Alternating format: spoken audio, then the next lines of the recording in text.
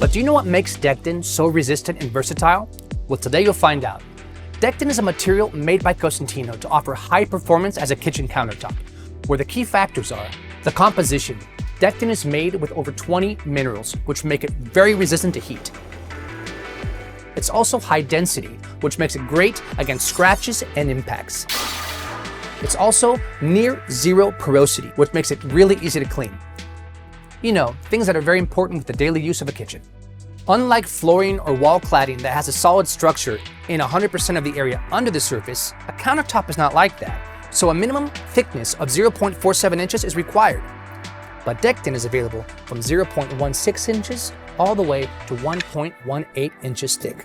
To achieve these characteristics, Dekton must be ultra-compacted, withstanding up to 2.5 times the weight of the Eiffel Tower, and we do that with these super presses.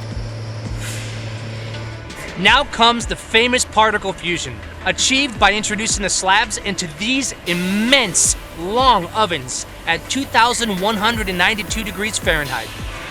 This whole process ends up creating this marvel, a surface much more resistant and durable than standard porcelain.